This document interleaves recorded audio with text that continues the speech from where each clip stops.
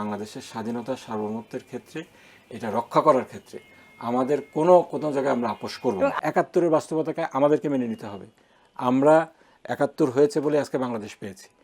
দীর্ঘদিন বাংলাদেশে মুক্তিযুদ্ধ বনাম জামায়াত ইসলামী এরকম একটা ব্যাপার কাজ করেছে।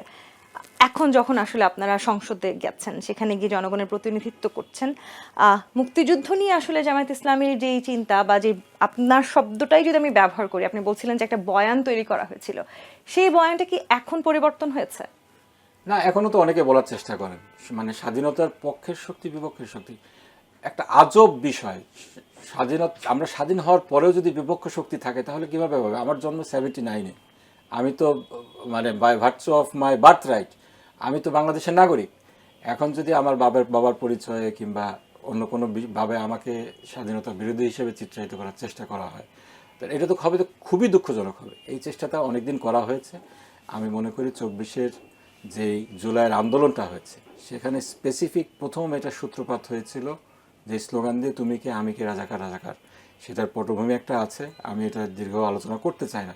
কিন্তু এই যে 24-এর গণ আন্দোলনটা হয়েছে এটার মূল বিষয় কিন্তু এই ধরনের বৈষম্য, এই ধরনের বিভাজন, এই বয়ানের বিরুদ্ধে।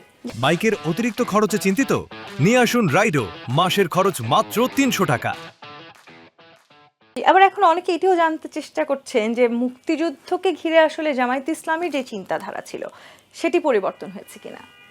মুক্তিযুদ্ধকে ঘিরে তো জামাতের চিন্তাধারা, আমি তো এটা কোন দিকে নিয়ে যাচ্ছেন বুঝতেছি না, কিন্তু মানে যেটাকে আপনি বলছিলেন যে একটা বয়ান দীর্ঘদিন আছে যে জামায়াত হয়তো মুক্তিযুদ্ধ চায় নাই, সেই চিন্তাটা বা এই জায়গাটি থেকে আসলে জামায়াত কি বলছে? আপনার এই বয়ানটা তৈরি করেছে ভারত, এবং ভারতের যারা পদলেহী একদল সাংবাদিক, এবং এটাকে জোর করে চাপিয়ে দেওয়া হয়েছে। এটার উদ্দেশ্য যেটা ছিল যে ভারতের যে আধিপত্যবাদ যেটা রয়েছে এইটার বিরুদ্ধে যারা কথা বলবে তাদেরকে মার্জিনালাইজ করে দেওয়া।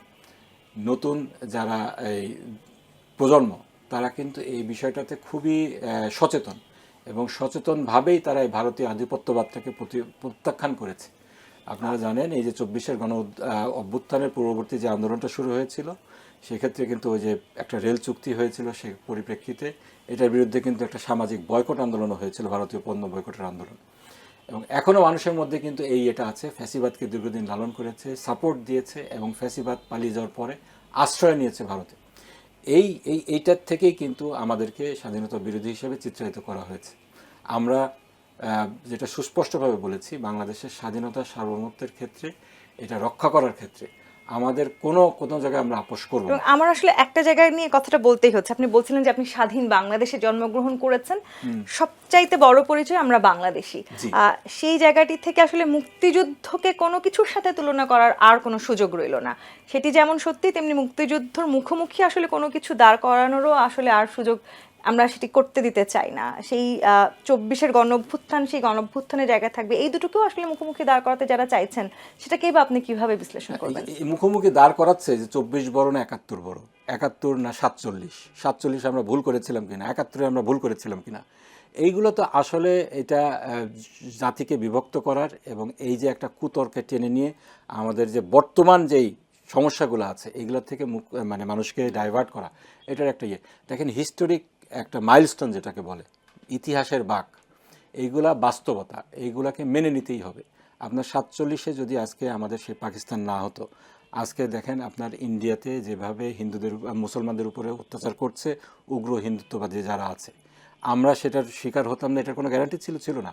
47-এ পাকিস্তান হয়েছিল বলেই আমরা বাংলাদেশ আজকের যে ভূখণ্ডটা আছে এটা স্বাধীন ভূখণ্ড পেয়েছি। সে সময় হায়দ্রাবাদ অন্যান্যরা যারা সে তখন পাকিস্তানের অংশ হয়নি 47-এ, তারা কিন্তু একে একে ইন্ডিয়ার মধ্যে বিলীন হয়ে গেছে। শুধু তাই না, সেই উগ্র হিন্দুত্ববাদ যাদের, তাদের আক্রমণ, তাদের এই সাম্প্রদায়িক সহিংসতা, তাদের কিন্তু শিকার হতে হয়েছে। 47-এর এই জন্য বাস্তবতাকে মেনে নিতে হবে। 71-এর বাস্তবতাকে আমাদেরকে মেনে নিতে হবে। আমরা 71 হয়েছে বলে আজকে বাংলাদেশ পেয়েছি। এরপরে 90 এসেছে, আমরা গণতন্ত্র পেয়েছি। 24 এসেছে বলে আমরা ফ্যাসিবাদকে হটাতে পেরেছি। এইটার একটার সাথে আপনি আরেকটাকে তুলনা করতে পারবেন না, এবং একটার থেকে আরেকটাকে আপনি বড় বলতে পারবেন না। প্রত্যেকটার মূল্যায়ন আপনাকে ইতিহাসের কাঠগড়ায় আপনার সেভাবেই করতে হবে।